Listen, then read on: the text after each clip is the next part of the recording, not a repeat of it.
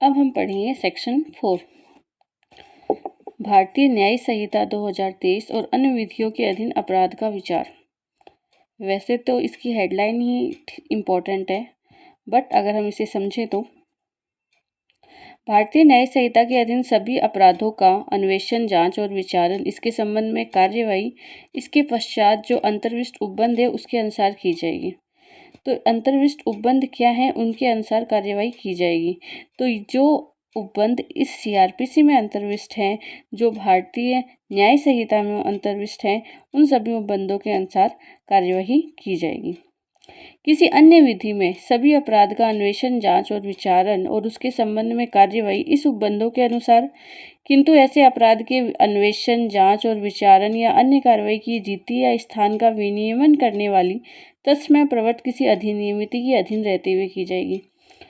कोई अन्य विधि है, कोई अन्य लॉ है, तो उसमें अन्वेषण, जांच और विचारण कैसे किया जाएगा, सीआरपीसी के अनुसार, या फिर उसमें जो कोई रीति या स्थान बता रखा है, अन्वेषण, जांच, विचारण करने की कोई रीति बता रखी है, तो उसके अनुसार अन्वेषण, जांच और विचारण किया जाएगा। भारतीय न्याय संहिता का सीआरपीसी के अनुसार और किसी अन्य विधि का सीआरपीसी या फिर उस विधि पे जो पर्टिकुलर्स, जो सब्जेक्ट टू एनी एलिमेंट्स या कोई रीति या स्थान जो उन्होंने बता रखा है, मैनर ऑफ प्लेस या कुछ कोई रीति, उसके अनुसार किया जाएगा। नेक्स्ट है सेविंग पॉइंट्स, सेक्शन 5, सेविंग्स, व्यावृत्ति। व्यावृत्ति क्या होती है? तो प्रतिकूल किसी विनिर्दिष्ट उपबंध के अभाव में इस संहिता की कोई भी बात तत्समय प्रवर्त किसी विशेष या स्थानीय विधि पर या तत्समय प्रवर्त किसी अन्य विधि के द्वारा प्रदत्त किसी विशेष अधिकारिता या शक्ति या विहित प्रक्रिया के किसी विशेष प्रारूप पर प्रभाव नहीं डालेगी। इस संहिता की कोई भी बात जो है वो किसी स्पेसिफिक लॉ या फिर किसी स्थानीय लोकल लॉज के ऊपर कोई प्रभाव नहीं डालेगी। ये इसके सेविंग क्लोज हैं। अब हम आते हैं इसके चैप्टर 2 में। इसका चैप्टर 2 है हमारा दंड न्यायालय के वर्ग। दंड न्यायालय के क्या वर्ग होंगे? तो सबसे पहले तो दंड न्यायालय के वर्ग होंगे हमारे, अगर हम सीआरपीसी के अनुसार देखें तो दंड न्यायालय के 4 वर्ग हैं। सेशन न्यायालय, प्रथम वर्ग न्यायिक मजिस्ट्रेट, द्वितीय वर्ग न्यायिक मजिस्ट्रेट, कार्यपालक मजिस्ट्रेट। अब आप कहोगे कि ये 2 और भी तो दे रखे हैं। तो उच्च न्यायालय जो है, उच्च न्यायालय की स्थापना संविधान के अनुसार की जाती है। तो उच्च न्यायालय जो है वो राज्य का नहीं होके संपूर्ण संविधान से चलेगा, और ये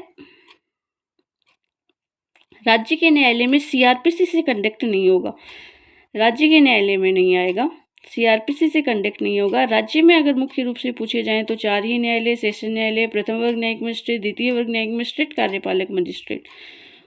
अब इसके अलावा 2 और कर दिए, एक तो उच्च न्यायालय जिसकी स्थापना संविधान के द्वारा की गई है, और दूसरा है कि संहिता से भिन्न, सीआरपीसी से भिन्न किसी विधि के अधीन गठित कोई न्यायालय है। सीआरपीसी से भिन्न किसी गठित विधि के अधीन गठित न्यायालय कौन से हैं? Like POCSO court, like children court, NDPS courts जो होते हैं, ये सारे कोर्ट्स ये अन्य न्यायालय में आ जाएंगे। तो सीआरपीसी से गवर्न होंगे ये 4 न्यायालय, और ये उच्च न्यायालय संविधान से, और ये किसी विशेष विधि के अधीन गठित न्यायालय। इस तरीके से दंड न्यायालय के वर्ग हैं 6, और पर्टिकुलर कोई सीआरपीसी में ही पूछे तो सीआरपीसी के हैं 4। नेक्स्ट है अपना प्रादेशिक खंड। प्रादेशिक खंड क्या होता है? तो प्रत्येक राज्य के लिए एक सेशन खंड होगा, और यह सेशन खंड से मिलकर बनेगा। संपूर्ण स्टेट जो है उसके लिए एक सेशन खंड होगा, और वो सेशन खंड से मिलकर बनेंगे स्टेट्स।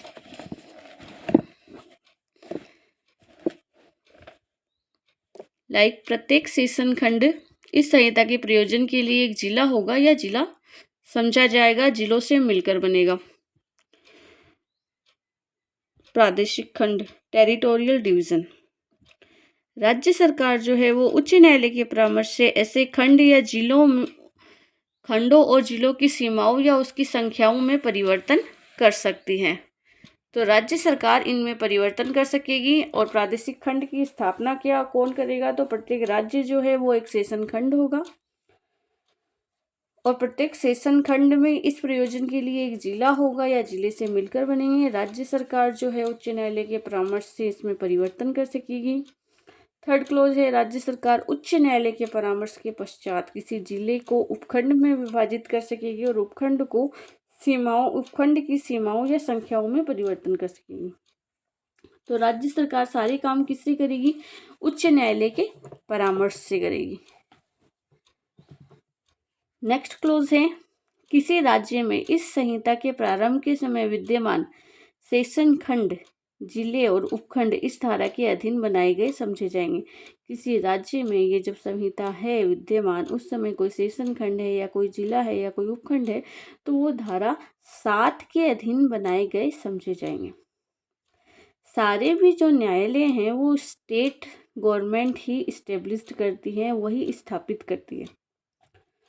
अब इस संबंध में एक केस भी है कि केंद्र सरकार जो है वो कोई न्यायालय स्थापित नहीं करती। इसमें एक केस है, केस का नाम तो अभी मुझे याद नहीं आ रहा, बट केंद्र सरकार कोई न्यायालय स्थापित नहीं करेगी और राज्य के न्यायाधीश ही ऐसे मामलों का निस्तारण करेंगे। केंद्र का खुद का कोई न्यायालय नहीं है। किसी भी न्यायालय की स्थापना है वो राज्य सरकार के द्वारा की जा रही है। और अगर ऐसे कोई अदर कोर्ट्स भी हैं तो वहाँ पर भी राज्य के न्यायाधीश को ही अपॉइंट किया गया है उन सभी मामलों का निस्तारण करने के लिए। जैसे कि सीबीआई कोर्ट हो गए, रेलवे मजिस्ट्रेट हो गए, तो वो भी स्टेट से ही जाते हैं। सेंट्रल गवर्नमेंट का खुद का कोई न्यायालय नहीं है, वो कोई न्यायालय स्थापित नहीं करती है। नेक्स्ट हम आगे बढ़ेंगे, section 8, very very very important. Section 8, session न्यायालय, court of session. Court of session को इंस्टीट्यूशन कोर्ट्स भी बोला जाता है कि ये स्थापित न्यायालय हैं। राज्य सरकार प्रत्येक सेशन खंड के लिए एक सेशन न्यायालय स्थापित करेगी। कौन करेगी, राज्य सरकार करेगी। किसके लिए करेगी, प्रत्येक सेशन खंड के लिए करेगी। पहला क्वेश्चन यही बन गया। दूसरा क्वेश्चन है, प्रत्येक सेशन खंड में एक न्यायाधीश पीठासीन होगा जिसे उच्च न्यायालय के द्वारा नियुक्त किया जाएगा। पीठासीन अधिकारी एक न्यायाधीश होगा जिसको कि उच्च न्यायालय के द्वारा नियुक्त किया जाएगा। इसके बारे में हम और आगे समझेंगे। आर्टिकल 233 की क्या कहानी है। सब क्लोज 3, उच्च न्यायालय अपर सेशन न्यायाधीश को भी सेशन न्यायालय में अधिकारिता का प्रयोग करने के लिए नियुक्त कर सकता है। उच्च न्यायालय अगर चाहे तो किसी अपर सेशन न्यायाधीश को सेशन न्यायालय में सेशन न्यायाधीश के रूप में नियुक्त कर सकता है। उच्च न्यायालय सब क्लोज 4, उच्च न्यायालय एक सेशन खंड के सेशन न्यायाधीश को दूसरे सेशन खंड के अपर सेशन न्यायाधीश भी नियुक्त कर सकता है और ऐसी दशा में वह मामले को निपटाने के लिए दूसरे खंड के ऐसे स्थानों पर बैठ सकेगा जो उच्च न्यायालय निर्देश करे। उच्च न्यायालय एक सेशन खंड का जो सेशन न्यायाधीश है उसे किसी दूसरे सेशन खंड का अपर सेशन न्यायाधीश भी नियुक्त कर सकता है। अभी तक हमने 4 क्लोज क्या समझे। राज्य सरकार सेशन कोर्ट की स्थापना करेगी। सेशन कोर्ट में पीठासीन अधिकारी किसके द्वारा बिठाया जाएगा, उच्च न्यायालय के द्वारा। उच्च न्यायालय अगर चाहे तो अपर सेशन न्यायाधीश को किसी भी सेशन खंड में अधिकारिता का प्रयोग करने के लिए नियुक्त कर सकता है। और उच्च न्यायालय अगर यह चाहे तो एक सेशन खंड के न्यायाधीश को किसी दूसरे सेशन खंड का अपर सेशन न्यायाधीश नियुक्त कर सकता है। ठीक है। अब क्लोज आ गया 5। क्लोज 5 और क्लोज 8 सिमिलर से हैं। क्लोज 5 को हम पहले समझते हैं। तो क्लोज 5 है कि जहां किसी सेशन न्यायाधीश का पद रिक्त होता है, सेशन न्यायाधीश का पद रिक्त है, वैकेंट है, वहां उच्च न्यायालय किसी अति आवश्यक आवेदन के जो सेशन न्यायालय के समक्ष किया गया है या लंबित है, उच्च न्यायालय करेगा। लेकिन कब करेगा, जब कोई अति आवश्यक आवेदन जो सेशन कोर्ट के पास किया गया है या उसके पास लंबित है वो, या किसी अपर सेशन न्यायाधीश नहीं है तो मुख्य न्यायिक मजिस्ट्रेट। पहला ऑप्शन रहेगा अपर सेशन न्यायाधीश का। अगर अपर सेशन न्यायाधीश नहीं है तो मुख्य न्यायिक मजिस्ट्रेट के द्वारा निपटाए जाने की व्यवस्था कर सकता है। और ऐसे प्रत्येक न्यायाधीश या मजिस्ट्रेट को ऐसे आवेदन पर कार्यवाही करने की अधिकारिता होगी। तो जहाँ कोई सेशन न्यायालय का पद रिक्त है, इसकी इम्पोर्टेंट की पॉइंट्स यही है कि पद रिक्त है, वैकेंट है पोस्ट, और उसी टाइम पे कोई ऐसा अत्यावश्यक कोई आवेदन किया गया है या सेशन न्यायालय के समक्ष ऐसा कोई आवेदन है, तब उस पर किसी अपर सेशन न्यायाधीश को या अपर सेशन न्यायाधीश नहीं है तो मुख्य न्यायिक मजिस्ट्रेट के द्वारा उस चीज़ को निपटाए जाने की व्यवस्था की जाएगी। अब इसका क्लोज 6 है, सेशन न्यायालय अपनी बैठक ऐसे स्थानों पर करेगा जो उच्च न्यायालय निर्देशित करे। ये चीज़ तो हमें समझ में आ गई कि जहाँ उच्च न्यायालय बताएगा वहीं सेशन न्यायालय की बैठक की जाएगी, जो कि वो अधिसूचना में विनिर्दिष्ट करे। लेकिन इसके साथ साथ एक चीज़, एक क्लोज और है कि अगर किंतु यदि किसी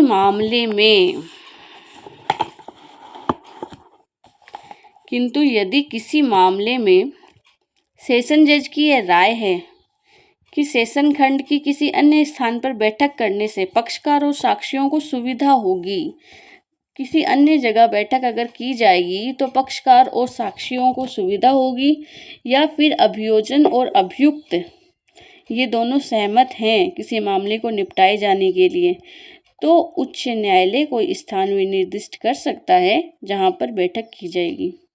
इस मामले में बहुत ही फेमस केस है केहर सिंह बनाम दिल्ली एडमिनिस्ट्रेशन का, जहां पर इंदिरा गांधी मर्डर केस के लिए तिहाड़ जेल में वो की गई थी बैठक, सेशन खंड की तिहाड़ जेल में की गई थी।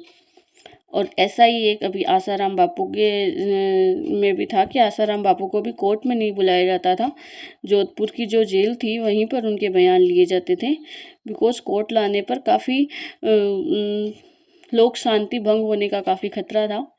तो इसलिए अगर कोर्ट चाहे बोनाफाइडली तो कोर्ट ऐसी हाई कोर्ट को, ये पावर ओनली हाई कोर्ट को है, हाई कोर्ट ऐसा कर सकती है। ठीक है। क्लोज 7 है कि सेशन न्यायालय समय समय पर अपर सेशन न्यायाधीश के बीच कार्य के वितरण के संबंध में संहिता से संगत आदेश दे सकेगा। अगर कार्यों का वितरण करना है, डिस्ट्रीब्यूशन ऑफ बिजनेस, कार्यों का वितरण करना है तो कौन करेगा? सेशन न्यायाधीश करेगा। अब क्लोज 8, जो क्लोज 5 में था वही क्लोज 8 में है। कुछ एलिमेंट्स चेंजेस हैं। सेशन न्यायाधीश अपनी अनुपस्थिति, सेशन न्यायाधीश वहाँ पद रिक्त था, यहाँ सेशन न्यायाधीश की अनुपस्थिति है या कार्य करने की असमर्थ था। 2 पॉइंट बन रहे हैं यहाँ पर।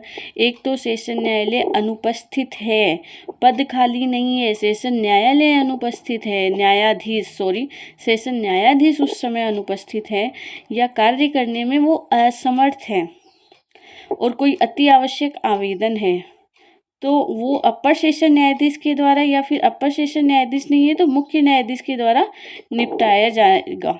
लेकिन ये व्यवस्था कौन करेगा? क्लोज 5 में हाई कोर्ट कर रहा था और यहाँ पर स्वयं सेशन न्यायाधीश करेगा। यहाँ पर ये अथॉरिटी सेशन न्यायाधीश को दी गई है कि सेशन न्यायाधीश अपनी खुद की अनुपस्थिति है या फिर कार्य करने में वो स्वयं असमर्थ है और कोई ऐसा आवेदन है जिसका निपटारा किया जाना चाहिए, तो वो ये अथॉरिटी किसको देगा? वो सबसे पहले फर्स्ट प्रायोरिटी रहेगी अपर सेशन न्यायाधीश की, और जहाँ अपर सेशन न्यायाधीश नहीं है वहाँ पर मुख्य न्यायिक मजिस्ट्रेट के द्वारा निपटाए जाने की व्यवस्था करेगा। ये एक इम्पॉर्टेंट एलिमेंट्स हैं, इनके ऊपर क्वेश्चंस बनते हैं कि पद रिक्ति है तो कौन करता है, और अनुपस्थिति है या कार्य करने की असमर्थता है तो कौन कर सकता है। अनुपस्थिति कार्य करने की असमर्थता में सेशन न्यायाधीश करेगा और पद रिक्ति के समय हाई कोर्ट। अब आया इसका स्पष्टीकरण।